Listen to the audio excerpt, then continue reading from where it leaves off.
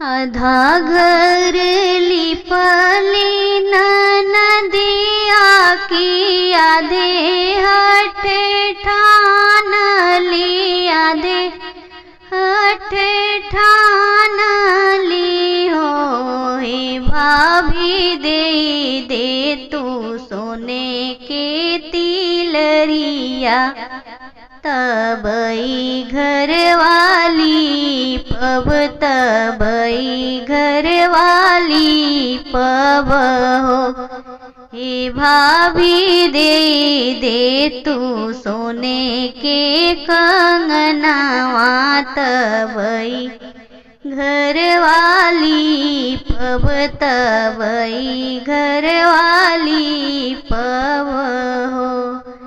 एक नोट फेंकली बहुरिया, दूसरे नोट फेंकली हो।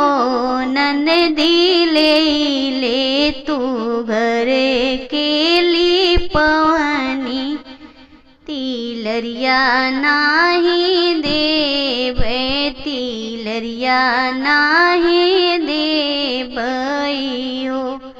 हे ननदी ले ले तू घर के लिपवनी, कंगनवा नाही देबै, कंगनवा नाही देबै हो। घर में से निकली नदिया की भैया पैया लागे, की भैया पैया लागई हो। भैया चले त महलिया के भीतरा, त नगर छोड़वत्यूं, त नगर छोड़ाई देत हो। भैया चले त महलिया के भीतरा, त नगर छोड़वत्यूं, त नगर छोड़ाई देत हो। जाई भैया ठाड़ भई आंगनवा की, गुरु की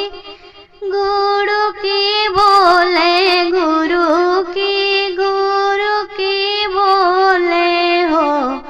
धन दे दे तू सोने का तिलरिया, बहिनी हमरी ब्राह्मण, बहिनी हमरी ब्राह्मण हो।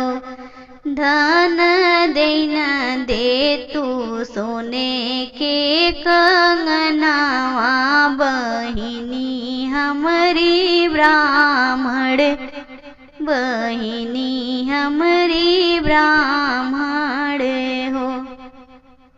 लाई धन दिली तिलरिया की ननदिया से, की ननदिया सली हो। भैया जुग जुग जिए तोर ललनावाया, अमर रहे सोहर, अमर रहे सोहर हो।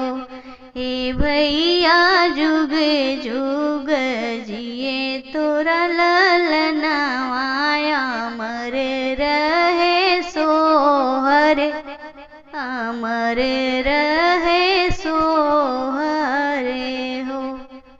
सोहर गीत आप सभी को कैसा लगा कमेंट बॉक्स में ज़रूर बताइएगा। चैनल पर नए हैं तो लाइक सब्सक्राइब करना ना भूलिएगा।